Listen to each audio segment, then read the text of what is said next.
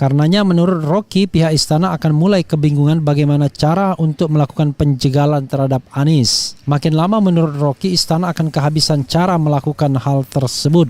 Tapi masalahnya saya pikirkan istana makin hari makin bergosip soal Anies ini ya. Analis-analis, relawan-relawan ya, pembenci-pembenci Anies bergosip. Kira-kira gimana caranya untuk mematahkan kaki Anies ini. Nah itu yang kemudian harus mereka berani bersikap protes. Kenapa? Hanya karena mencalonkan Anies tiba-tiba kami diperlakukan tidak adil.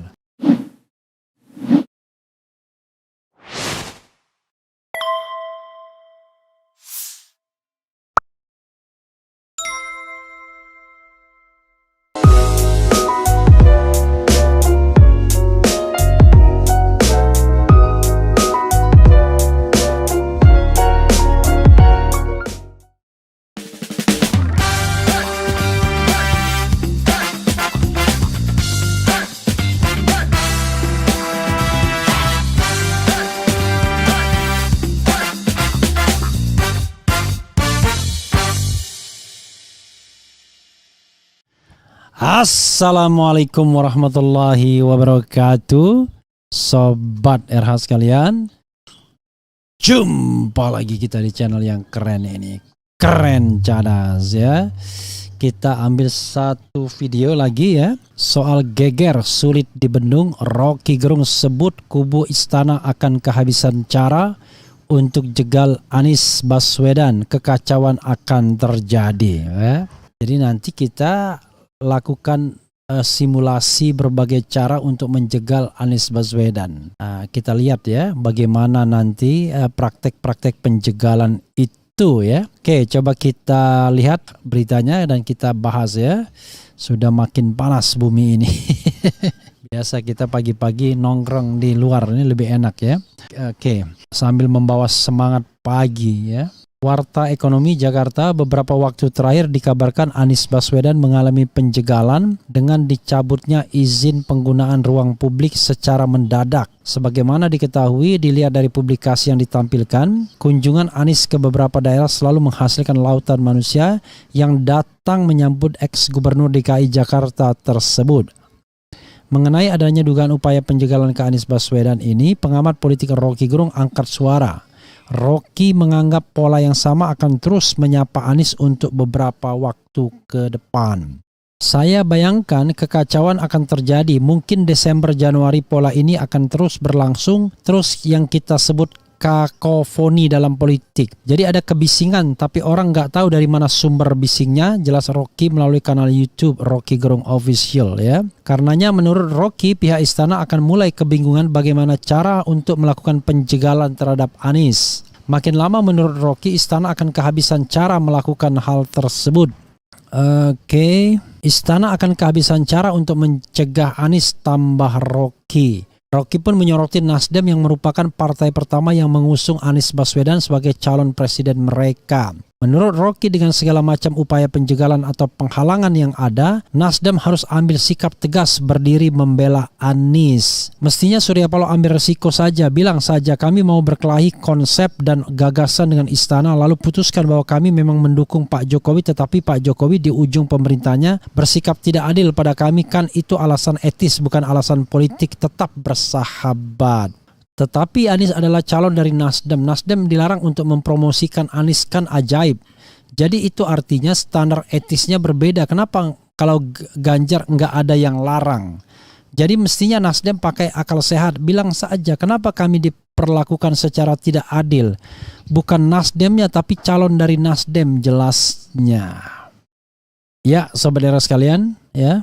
Jadi Sobat Era sekalian, kita harus melihat ini ya sebagai satu fenomena yang tentu bikin istana bergetar ya. Kalau Anies itu biasa-biasa saja ya, itu pastilah tidak ada pelarangan-pelarangan seperti ini. Tapi masalahnya saya pikirkan istana makin hari makin bergosip soal Anies ini ya. Analis-analis, relawan-relawan ya, pembenci-pembenci Anies bergosip kira-kira gimana caranya untuk mematahkan kaki Anies ini. Maka sebagaimana sudah pernah saya sampaikan, skenario untuk memotong Anies itu ada berbagai macam cara yang kalau diambil tentu sudah punya resiko sendiri. Satu, jadikan Anies sebagai tersangka. Pokoknya salah nggak salah, jadikan saja tersangka. Kira-kira begitu. Kan mudah. Nah, hanya nanti akan berhadapan dengan gelombang rakyat. Apakah rakyat akan terima atau enggak, itu satu. Yang kedua, bujuk Nasdem balik ke pangkuan istana. Bujuk Nasdem balik ke pangkuan istana. Kasih fasilitas sebaik-baiknya, seenak-enaknya. Ya, termasuk juga data yang pernah diungkapkan oleh beberapa survei istana yang mengatakan bahwa Nasdem terancam akan kehilangan pemilihnya. Bahkan tidak lolos parliamentary threshold. Ya, survei-survei istana. Yang ketiga, kasih enak kalau tidak berhasil, kalau tadi tidak mau dilakukan, menersangkakan. Kedua, tidak berhasil. Ketiga, kasih enak PKS. Bila perlu pasangkan dengan Prabowo Subianto Aher. Jadi Prabowo Aher dukung penuh istana, walaupun untuk dikalahkan misalnya. Tapi paling tidak akan ada yang namanya cost recovery. Jaminan bahwa Prabowo dan Aher akan menjabat di pemerintahan juga. Pemerintahan Ganjar misalnya. Atau pemerintahan Ganjar Erik atau Ganjar whoever. Yang ketiga. Nggak berhasil juga. Yang keempat, kasih AHY jabatan enak. Pasangkan dengan Ganjar AHY yang punya peluang untuk memerintah misalnya. Itu jauh lebih menarik barangkali bagi AHY. Wow, ya kan? Ketimbang dia di Anies tidak jelas apakah akan dijadikan wakil presiden atau tidak. Misalnya begitu. Maka 4 skenario tersebut, 5. Larang partai lain untuk berkoalisi dengan untuk mendukung Anies. Jadi stop P3, stop PAN, apalagi Golkar. Jadi tidak ada tambahan partai baru di koalisi Anies. Jadi satu diambil cukup untuk menghilangkan Anies Baswedan. Kira-kira 5 skenario itu saja. Sekali lagi skenarionya, 1 tersangkakan Anies, 2 bujuk Nasdem kembali, 3 kasih enak PKS dengan mau mencawapreskan Aher di Prabowo misalnya. 4, kalau nggak berhasil juga ini nggak berhasil juga, kasih enak AHY dengan mencawapreskannya dengan Ganjar yang punya peluang menang. 5, larang partai lain bergabung dengan koalisi Anies. Jadi kalau 1 saja, kalau kelima ini melarang itu berhasil, kalau melarang sudah, tetapi kalau 3 ini tetap solid maka Anies tetap maju. Jadi 1, 2, 3, dan 4 itu akan menentukan apakah kemudian Anies bisa nyalon atau tidak. Karena itu ya diperlukan konsistensi Nasdem. Nasdem sudah mendukung pemerintahan selama 2 periode, hampir 8 tahun.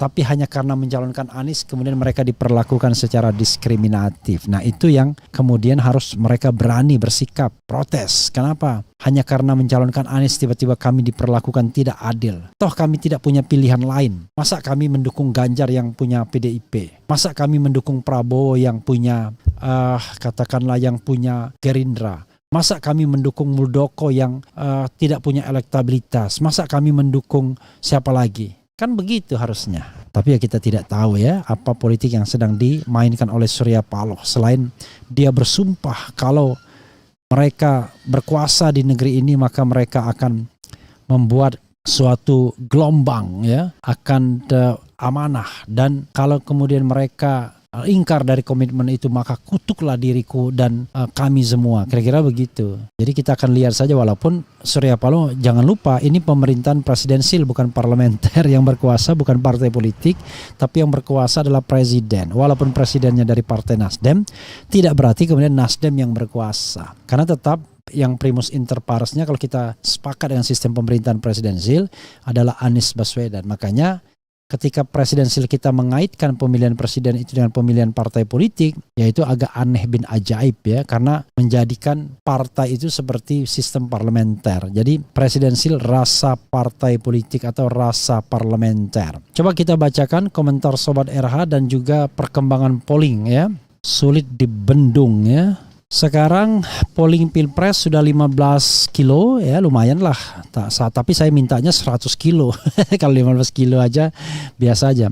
Anies Baswedan 90%, Ganjar Pranowo 4%, Prabowo Subianto 3%, belum memutuskan 3%. Kemudian apakah channel RH Channel lebih baik mengabarkan survei atau tidak? Mengabarkan membahas 84%, tidak mengabarkan tidak membahas 16%. Tapi yang voting cuma 8.200. Karena itu saya menganggap belum absolut ya keinginan Sobat Era sekalian. Masa subscribers 2 juta yang polling cuma 8.000. Artinya masih jauh untuk dikatakan ini sesuatu yang little bit absolute ya bagi RH Channel. Jadi karena itu masih saya diberikan kebebasan ya untuk menolak atau membahas atau tidak membahas sebuah hasil polling kalau yang surveinya cuma 8.000-an begini ya. Oke, coba kita baca komentar Sobat RH terkait dengan isu mengenai sulit dibendung ini. Oke, siapapun capresnya, Anies Baswedan presidennya ya. Keluarga besar Anies 1000% pilih Anies ya. Semoga Allah melindungi beliau. Amin ya rabbal alamin. Keliling Indonesia itu berat, biar aku aja Anies presiden Indonesia. Mantap pilihanku Pak Anies. Rakyat menang, mantap. Bapak si Gibran orang Solo tuh harus dikasih pelajaran. Boneka oligarki kaya yang meninggalkan utang negara dan beban rakyat Indonesia. Saat ini Anies Baswedan bukan siapa-siapa, gubernur bukan, pejabat bukan, pengusaha bukan. Kok dicintai rakyat Indonesia ya? Karena Anies Baswedan memang smart, amanah, dan santun berprestasi. Katanya mereka Pancasila NKRI, tetapi kenapa kelakuan mereka tidak Pancasilais terus menjegal langkah Anies Baswedan dan Partai Nasdem? Rakyat mau rejim ini semua diaudit, dari utang 1 rupiah sekalipun harus dihitung. Bang Rafli, bukan Rafli tapi Refli, RE ya, REFLY, Lampung nyimak. Bang, banyak-banyak dong angkat berita Anies biar tambah moncer dan dengan selalu diberikan sekalian kita kawal Bapak Anies. Masa Anies melulu beritanya ya kan, yang lain juga dong ya. Kapan ada keadilan di rezim ini? Wah kakak mimpi. Kemudian apa lagi ya? Insya Allah Pak Anies presiden, ABW the best ya. Kemudian Bung RH aneh malah memberi solusi istana. Gimana toh Bung? Nah, ya itu saya bukan memberi solusi istana. Saya hanya mengunderlining apa yang dipikirkan istana. Kan begitu, ya kan? Yang dipikirkan istana itu bisa kita tebak, ya kan? Pertama, ingin menjadikan Jokowi 3 periode. Nggak berhasil menjadikan Jokowi perpanjangan masa jabatan, nggak berhasil menjadikan Jokowi wakil presiden, nggak berhasil melakukan penundaan pemilu, kan begitu. Dan yang kelima ada alternatif baru, dekret kembali kepada Undang-Undang Dasar 45, ya kan, sebagaimana diberikan jalannya oleh Lanyala. Nah, kalau semua ini nggak berhasil, 5 skenario ini, ya dukung orang. Nah, untuk dukung orang, yang jelas bukan Anies, karena Anies dianggap antitesis. Dukung Ganjar. Agar Ganjar mudah menangnya, Anies yang kemudian diharuskan tidak bisa nyalon. Kalau bisa nyalon, langkahnya dihalang-halangi. Itu skenario yang kita bisa pikirkan as a common sense ya. Tapi jangan salah, istana pun bingung sekarang. Apa yang dipikirkan Luhut mungkin tidak sama dengan apa yang dipikirkan oleh Jokowi. Apa yang dipikirkan mereka berdua tidak sama dengan apa yang dipikirkan Megawati Soekarno Putri. Karena istana itu bergantung 3 sosok ini. Jokowi, Luhut, Jokowi, Megawati. Mega sama Luhut spektrumnya jauh, tapi Jokowi yang akan menjadi jangkar mereka. Nah, win-win solutionnya di mana dari ketiga? Apakah mereka splitting? Apakah mereka bisa bersatu? Kan kira-kira begitu ya.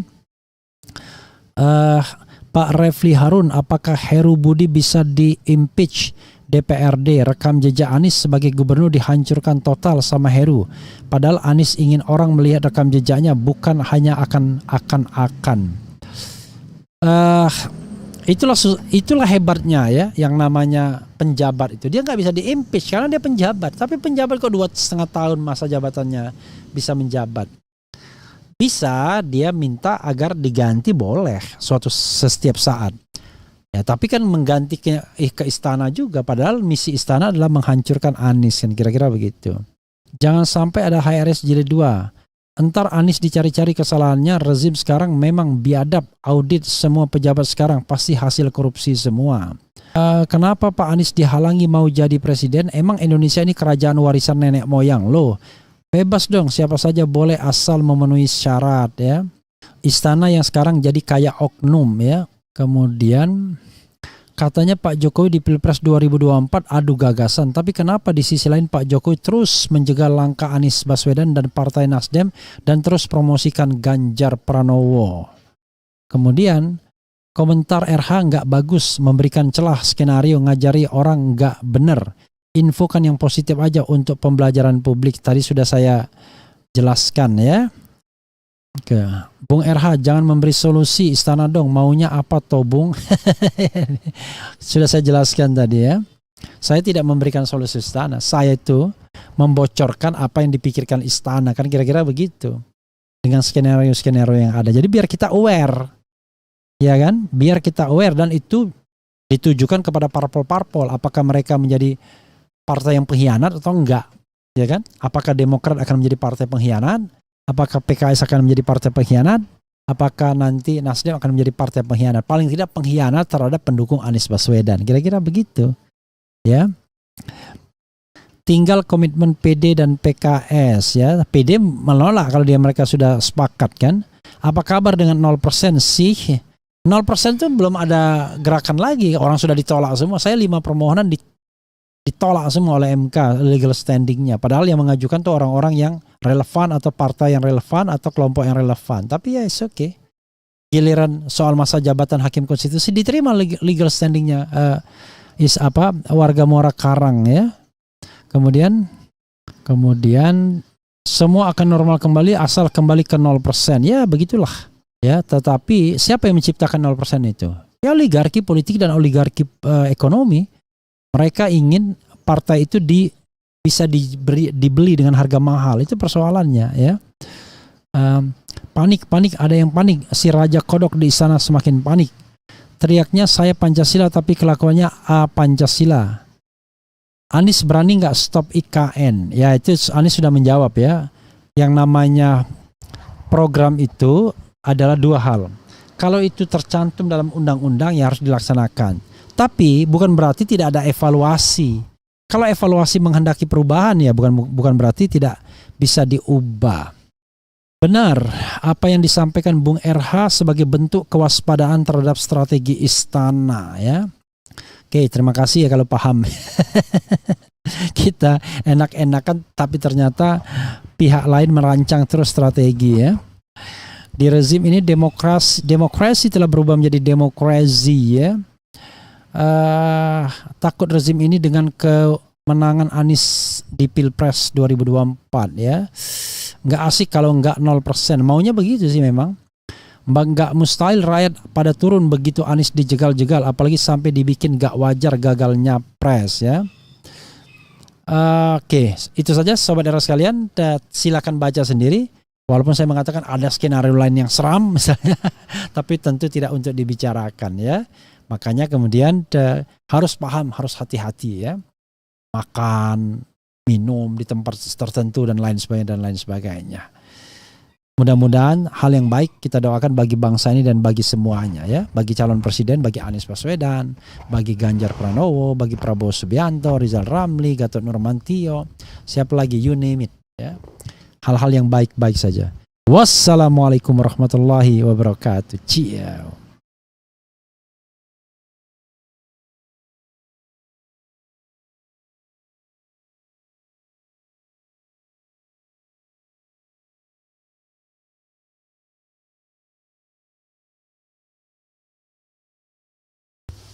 Assalamualaikum warahmatullahi wabarakatuh.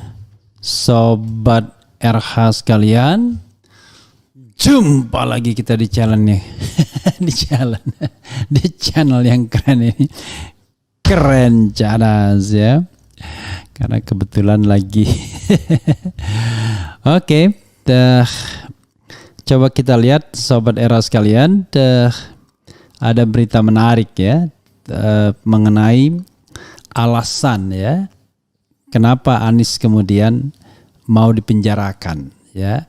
Jadi alasan bukan alasan hukumnya tetapi something behind ya, berdasarkan apa yang diamati oleh Syahganda Nainggolan. Apa saja alasannya? Ini 3 alasan dan kemudian juga bagaimana konsekuensinya kalau seandainya KPK memaksakan kasus Formula E ya, yang sampai sekarang tidak jelas apa kesalahan Anies dalam perspektif korupsinya, ya, bukan soal administratif, dan bagaimana reaksi masyarakat. Coba kita ikuti ini ya, Sobat Era sekalian. Menarik gitu ya. Itu. Oke. Coba kita bacakan dan kemudian nanti kita sedikit ulas. Karena ini tulisannya sudah komprehensif, panjang ya. Menarik. Saya sudah minta izin kepada yang bersangkutan untuk dimuat di RH Channel, dan memang tulisan ini disampaikan ke RH Channel ya oleh Syahganda Nainggolan. Oke, coba kita bacakan pelan-pelan ya. Jika Anies dipenjarakan, Dr. Syahganda Nainggolan, Sabang Merauke Circle. Oh ya, jangan lupa ya, kalau mau berminat beli jaket ya, dan juga polo shirt keren cadas yang saya pakai, lihat saja deskripsi di bawah ini dan juga contoh barangnya ya. Dan untuk yang sudah memesan tinggal tunggu saja, karena kami sudah kasih pesanan ke pabriknya ya. Mudah-mudahan segera selesai, baik itu jaket maupun polo shirt keren cadas. Jika Anies dipenjarakan, Dr. Syahganda Nainggolan, Sabang Merauke Circle. Isu memenjarakan Anies Baswedan sangat kencang setelah berbagai media massa memberitakan video Andi Arief, tokoh Partai Demokrat, yang mengungkapkan percakapan seseorang dengan Jokowi terkait Jokowi akan memenjarakan siapa saja tokoh yang dia inginkan dipenjara sehubungan dengan Pilpres ke depan.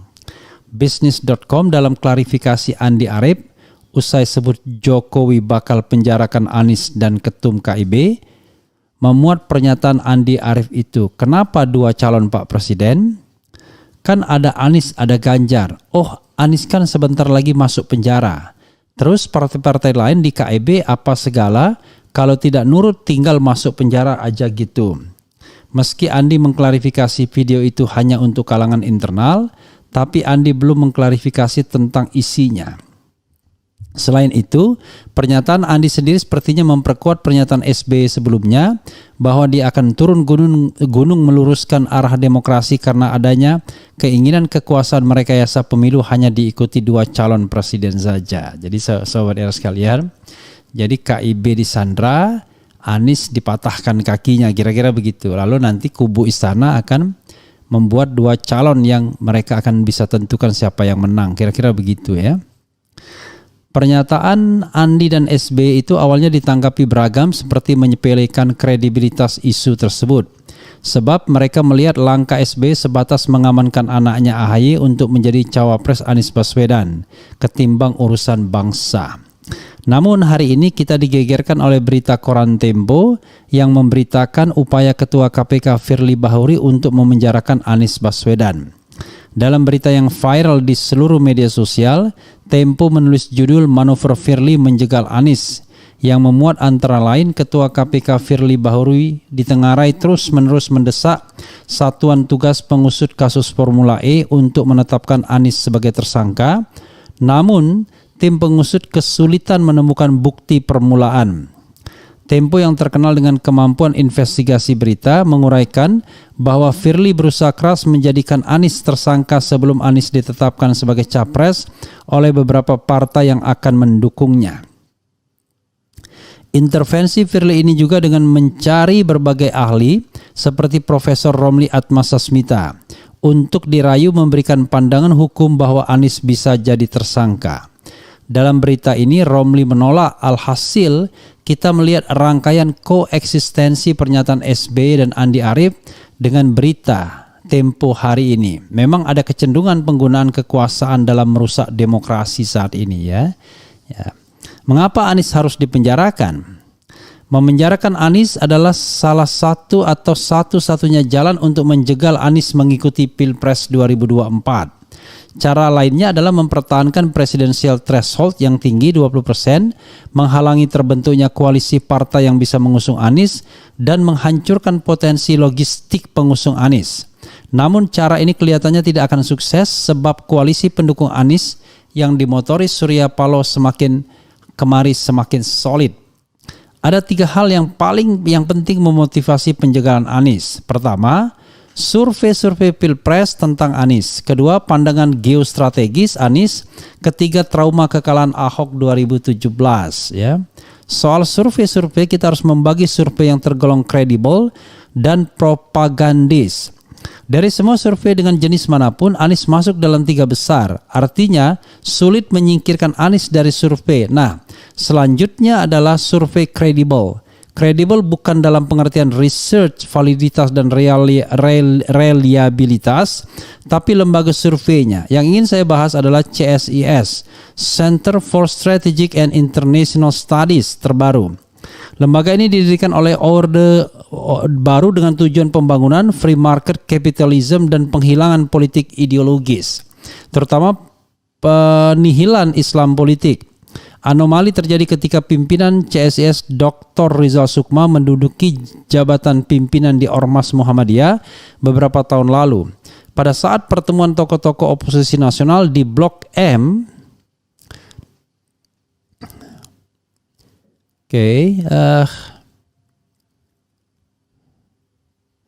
di Blok M ya, yang diselenggarakan Perhimpunan Menemukan Kembali Indonesia (PMKI), Rizal Dharma Putra, pimpinan Les Persi, lembaga think tank pertahanan, lembaga yang diundang terbatas bertemu dengan Jenderal Mark Milley, the United States Joint Chief of Staff pada kunjungan ke Jakarta Juni lalu, memetakan CSIS saat ini pro Tiongkok. Perjalanan panjang CSIS terlepas dari misinya, lembaga ini adalah lembaga think tank tertua dan terbesar, sehingga kepentingan lembaga ini untuk mempertahankan kredibilitas cukup tinggi. Nah, CSIS mengeluarkan survei terbaru yang mengagetkan. Jika terjadi head to head antara Anies Ganjar maupun Anies Prabowo, Anies menang. Anies versus Ganjar 47,8% versus 43,9%, 7,6% belum tahu. Anies versus Prabowo 48,6% versus 42,8% ya, tapi ada margin of error, jangan lupa ya. Dan Ganjar versus Prabowo 47,25% versus 45%. Kenapa kaget? Dari sisi metodologi, konsep survei dengan metode general to focus, mulai dari 14 capres, pengecilan ke-7 capres, lalu 3 capres, dan diakhiri head to head, adalah metode reiterasi dan penegasan, di mana responden berjenjang tanpa keraguan memilih calonnya. Hasil ini sulit diragukan karena konsistensi responden dapat menunjukkan reliabilitas alat survei tersebut. Survei CSIS ini mengambil responden milenial dan generasi Z umur 18-39 tahun. Jumlahnya diperkirakan 60% pemilih kita saat ini. Meskipun kita tidak bisa menarik ekstrapolasi dan membangun kesimpulan untuk seluruh populasi, namun suara milenial dan suara generasi Z ini adalah suara masa depan bangsa Indonesia. Ini merupakan bukti pembusukan terhadap Anies selama ini, baik dengan isu hukum, identitas Arab non-Jawa, gagal membangun Jakarta, tidak mampu menghancurkan Anies ya. Jadi saudara sekalian ya. Alasan lain penjagalan Anies adalah pandangan geostrategis Anies. Jadi satu adalah soal survei, kedua pandangan geostrategis. Selama ini Anies terlihat sangat dekat dengan Barat, berbeda dengan Jokowi yang dekat dengan Peking. Terakhir terlihat Anies menjadi tamu keluarga Lee, penguasa Singapura, selama 5 hari beberapa minggu lalu. Menjadi tamu keluarga Lee berbeda dengan beberapa elit kita yang hanya diundang oleh Raja Ratman Institute, Nanyang Technology University, atau lembaga lainnya di Singapura. Diundang keluarga Lee artinya Anies tidak diragukan oleh Barat dan Chinese Overseas Network ya. Kedekatan Anies dengan Barat tentu mencemaskan Peking yang selama ini berusaha mengendalikan Indonesia dan negara-negara ASEAN lainnya. Menurut Rizal Dharma Putra, pengangkatan mantan duta besar Cina di Indonesia menjadi Direktur Asia Kementerian Luar Negeri Peking merupakan simbol keseriusan Cina untuk tetap mendominasi politik Indonesia. Artinya, Kehadiran Anies menjadi sebuah kecemasan, khususnya ketika pertarungan Barat versus China semakin menegangkan di kawasan ini dan Laut Cina Selatan. Ketiga, adanya benturan identitas yang tersimbol pada Anies sejak pertarungan Anies versus Ahok tahun 2017 di Jakarta. Orang-orang yang mengidentifikasi diri sebagai bukan identitas Anies meyakini bahwa Anies adalah ancaman besar bagi keberlanjutan dominasi mereka dalam era kepemimpinan Jokowi. Jokowi ya. 3 alasan penjagalan Anies di atas sebenarnya bukan problem Anies Baswedan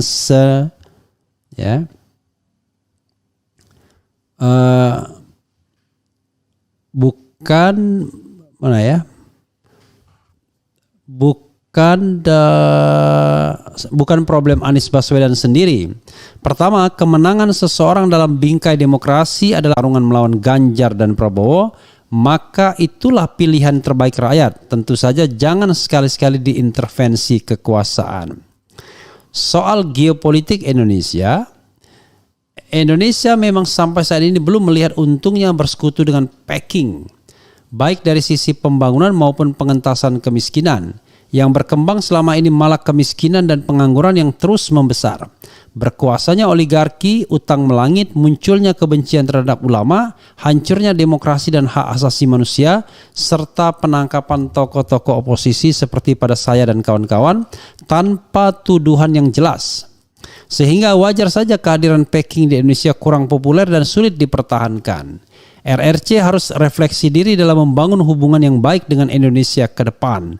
Jika meniru era Soekarno, poros Jakarta-Beijing tentu dapat dimaklumi karena persekutuan yang dibangun adalah untuk kesejahteraan kaum proletar. Sedangkan soal ketiga yang menyangkut pertarungan identitas, pihak non-Anies harus refleksi diri. Identitas yang terafiliasi dengan Anies adalah identitas perlawanan terhadap kaum kolonial. Artinya bersifat historis, apalagi berbagai tokoh yang tadinya berseberangan dengan Anies seperti Suni Tanuwijaya, tangan kanan Ahok, dan Surya Chandra, tokoh buruh yang membangun partai PSI, sudah menyatakan mendukung Anies ke depan. Keduanya adalah kelompok oposisi Anies selama ini, artinya urusan identitas ini dapat diselesaikan jika mau ya. Oke. Resiko memenjarakan Anies. Memenjarakan Anies bisa saja dilakukan jika nafsu kekuasaan dan konspirasi oligarki serta Peking tetap menguat. Persoalannya adalah resiko yang akan kita tanggung bersama. Pertama, Anies adalah kanalisasi kelompok identitas yang selama ini oposisi terhadap rezim Jokowi. Politik kanalisasi sejak dulu kalau diperlukan untuk meredam gejolak sosial yang besar. Kelompok Islam yang merasa teraniaya oleh rezim Jokowi selama ini berpretensi bahwa jalan demokratis masih merupakan sebuah jalan dengan Anies sebagai pemimpinnya. Anies membuat adanya migrasi dukungan politik dari yang revolusioner yang didengungkan Habib Rizik menjadi teknokratis yang dilakukan Anies. Jika ini tidak terjadi, maka gejolak umat akan bertemu dengan situasi tanpa pilihan, yaitu mendukung Habib Rizik ya. Kedua, resiko atau ancaman ekonomi politik ke depan terlalu besar untuk dihadapi rezim Jokowi sendiri. Jokowi, Luhut Panjaitan dan Sri Mulyani sudah menyinggung ini berkali-kali bahwa pada tahun 2023 kita akan memasuki resesi. Mereka mengatakan saatnya memperkuat persatuan nasional, solidaritas dan kerjasama menghadapi ancaman resesi besar. Dalam pidatonya di Puncak Hari Maritim, Luhut Panjaitan mengatakan, kalau kita semua kompak, semua kita satu bahasa dalam keadaan yang sangat krusial ini, di mana dunia diramalkan akan memasuki gelombang krisis, perfect storm akan terjadi dalam beberapa waktu ke depan, kita harus menata negeri kita dengan baik. Bahkan Luhut Panjaitan dan anaknya Jokowi Gibran mendatangi Rocky Gerung, tokoh oposisi untuk menyampaikan pesan perdamaian. Lalu bagaimana jika Anies dipenjarakan? Tentu saja gelombang oposisi dan umat Islam tidak bisa menerimanya. Sebab Anies selain mendapatkan berbagai penghargaan nasional, dia juga terlalu banyak menyandang penghargaan internasional untuk pembangunan yang berhasil dia lakukan.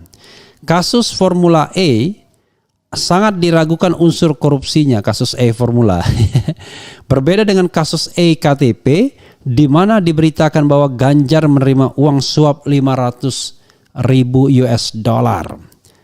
Ya, jadi itu yang saya katakan, yang namanya korupsi itu harus bisa katakanlah mencium kira-kira ada nggak aliran dana. Jadi tanpa bermaksud mengatakan Ganjar mendapatkan aliran dana, tapi harusnya memang tuduhan untuk tingkat korupsi itu selalu diarahkan kepada keuntungan yang nyata yang didapat oleh orang yang dituduh melakukan korupsi, ya. Jadi bukan kesalahan-kesalahan administratifnya yang dioprak-aprak gitu. Oke. Ketiga, jika Anies dipenjarakan untuk menjegal Anies atau kriminalisasi politik, maka tentu saja rezim Jokowi terus-menerus meruntuhkan demokrasi. Tidak ada tanda-tanda Jokowi ingin memulihkan demokrasi. Sejarah yang dibangun Jokowi akan menjadi sejarah buruk yang dikenang bangsa kita. Tentu Jokowi harus berubah. Bangsa ini terlalu banyak cacatnya selama Jokowi berkuasa. Satu soal saja seperti kasus Sambo, di mana cita-cita supremasi hukum berubah menjadi mafia hukum. Sudah menyita energi bangsa yang besar, apalagi jika merusak demokrasi. Catatan penutup. Berita Tempo tentang upaya KPK memenjarakan Anies dan pernyataan SBY adanya rekayasa Pilpres dan penjagalan calon serta video Andi Arief soal memenjarakan Anies telah mengagetkan kita semua. Memenjarakan Anies sangat beresiko pada gejolak sosial ke depan. Hal ini bertentangan dengan kata-kata rezim yang melihat perlunya kekompakan dalam menghadapi krisis ke depan, perfect storm. Situasi rumput kering bangsa ini yang gampang terbakar dapat seketika berubah menjadi ganas dan liar. Banyak negara lain menjuluki kita sebagai bangsa ramah tamah, tapi kita tahu puluhan tahun lalu di tanggal hari ini jutaan rakyat mati karena saling bunuh karena kebencian politik dan dendam, ya. Maksudnya sekitar September, ya, akhir-akhir atau awal-awal Oktober. Anies adalah kanalisasi politik oposisi khususnya umat Islam. Memilih jalan demokrasi adalah jalan damai bagi sharing tanggung jawab mengurus bangsa ini. Namun memenjarakan Anies atas dasar haus kekuasaan merupakan jalan kekerasan yang akan selalu dikenang sebagai jalan haram. Jika Anies dipenjarakan, maka rakyat pasti memberontak. Itu kata kuncinya, ya. Jika Anies dipenjarakan, maka rakyat pasti memberontak.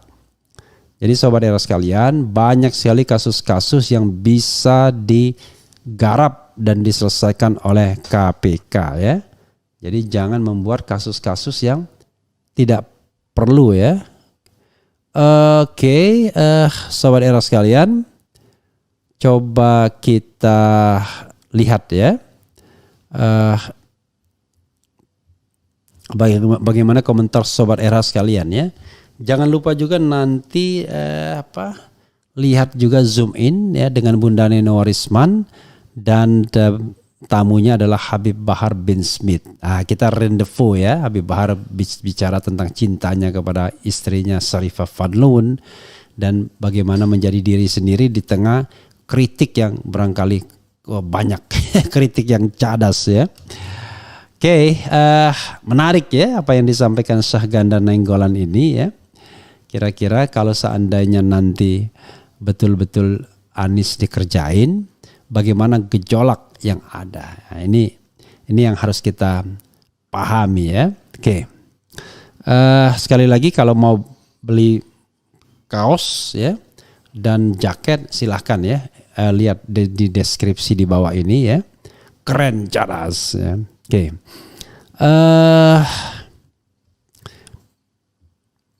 Oke, sebutkan kelebihan dan kekurangan Anies dan Ganjar menurut Bang Refli Harun dan kapasitasnya untuk jadi presiden. Saya tidak ingin punya presiden ngomong Inggris kacau, salah semua kayak Joko dan Puan.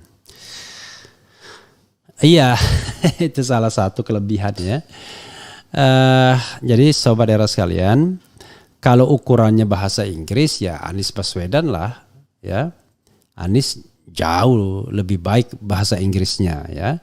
Kira-kira kalau bahasa Inggris, ya Anies sama Prabowo. Tapi jangan lupa orang-orang wakilnya AHY, Sandiaga Uno, ya, Ridwan Kamil, juga orang-orang yang berbahasa Inggris baik. Ya, yang tidak baik Ganjar Pranowo. Kalau Ganjar menjadi presiden, tentu dia akan kesulitan untuk lobby ke luar negeri. Nah, itu persoalannya. Padahal kalau kita ingin etalase ya, Indonesia ini dipandang sebagai bangsa yang katakanlah punya harga diri ya. Ya memang harus menampilkan orang-orang yang memang bisa bergaul di lingkungan internasional, keren ya kan, bahasa Inggrisnya baik, penampilannya baik ya, seperti dulu Emmanuel Macron ya dari Prancis, walaupun usianya baru 40 awal, tapi kan karena keren ya penampilannya dan merasa dari negara besar, maka dia menampilkan diri sebagai orang yang katakanlah tidak minder ya. Hal yang sama bisa kita lihat dari Bung Karno misalnya. Bagaimana Bung Karno bisa mengundang artis-artis Hollywood dalam jamuan makan malam, ya, bertemu head to head langsung dengan John F. Kennedy, kemudian iring-iringan dan lain sebagainya. Nah, yang seperti itu tentu memang membutuhkan kemampuan yang luar biasa. Tentu tidak diganjar ya, karena kita tidak bisa melakukan akselerasi ya ketika usia sudah 50-an. Kalau kita bicara mengenai kemungkinan untuk menjadi tokoh dunia. Tetapi kan presiden itu yang paling penting bukan menjadi tokoh dunianya. Yang itu adalah secondary. Primary-nya adalah bagaimana dia menjadi bapak pemimpin Indonesia. Ya. Jadi bagaimana dia punya manajemen yang baik dalam berpemerintahan. Bagaimana dia bisa memelihara momentum pembangunan, memberikan kesejahteraan, perlindungan, menjaga demokrasi dan lain sebagainya. Saya tidak tahu apakah baik Anies maupun Ganjar sudah teruji ya, karena kan levelnya baru gubernur.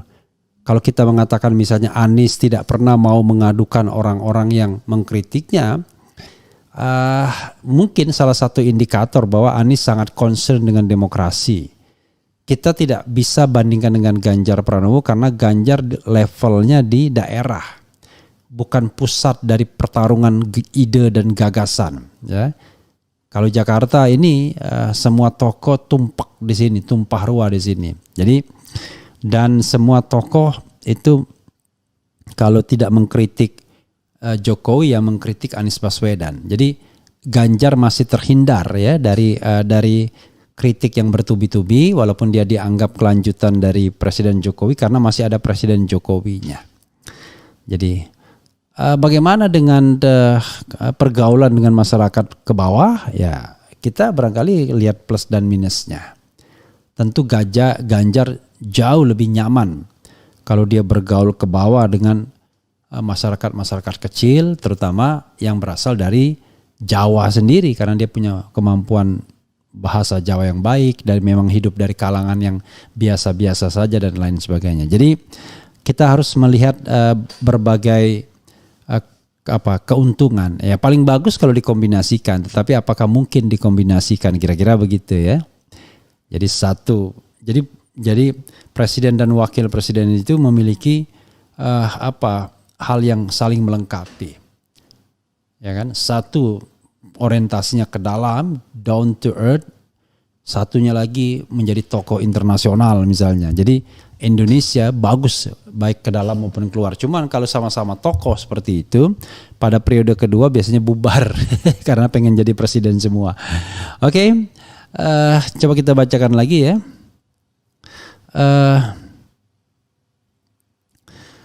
Kalau Ganjar pasti bikin malu bangsa Indonesia kalau bicara dengan kepala negara lain. Udah pasti malu-maluin, dan Ganjar pasti peliharaan oligarki. Yaitu plus dan minus lah saya katakan. Untuk poin ini Anies pasti unggul, poin internasional, karena saya tidak yakin orang bisa melakukan akselerasi dalam jangka waktu 2 tahun ya untuk berbahasa Inggris dengan baik dan benar, dan kemudian juga untuk terbiasa dengan wawasan internasional termasuk juga dengan literatur asing. Nah, Anies beruntung karena dia AFS, pernah 1 tahun di Amerika Serikat ketika SMA, pertukaran pelajar, dan kemudian menyelesaikan studi paling tidak 6 tahun di Amerika Serikat. Jadi more than enough lah untuk dia bisa merasa nyaman dalam fora internasional. Jadi kita harus mengakui kelebihan orang ya.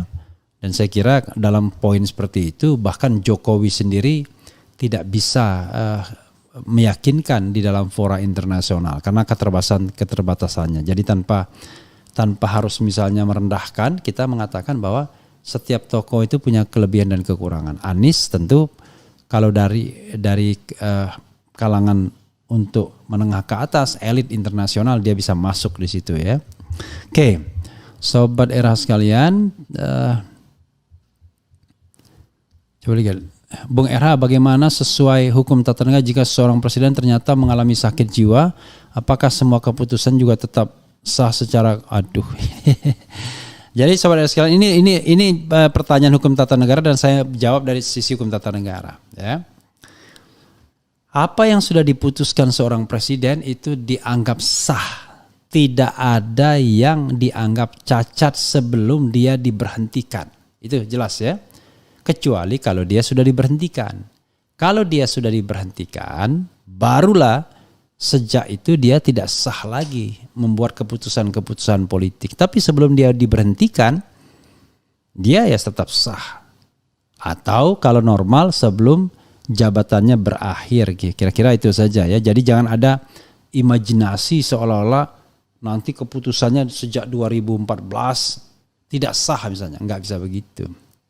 Karena putusan itu sifatnya prospektif, bukan retroaktif. Jadi saya menjawab ini berdasarkan hukum ya, bukan berdasarkan selera kekuasaan. Let's say misalnya ada pejabat ya ditemukan ternyata syarat untuk ikut pemilunya itu tidak benar. Pertanyaannya adalah fase sekarang ini bukan lagi fase verifikasi terhadap syarat pencalonan, tapi fase dia sudah memerintah. Kalau dia masih di dalam proses berpemilu sebelum dilantik, maka dia bisa didiskualifikasi. Tapi kalau sudah berjalan, berkuasa seperti ini, maka satu-satunya jalan adalah impeachment atau menyuruh dia mengundurkan diri, ya kan? Bagaimana kalau tidak di-impeach? Ya, akan terjadi krisis politik. Jangan salah, bahwa krisis politik juga bisa mendorong presiden untuk meletakkan jabatannya atau mengundurkan diri ya. Atau pejabat-pejabat apapun. Oke.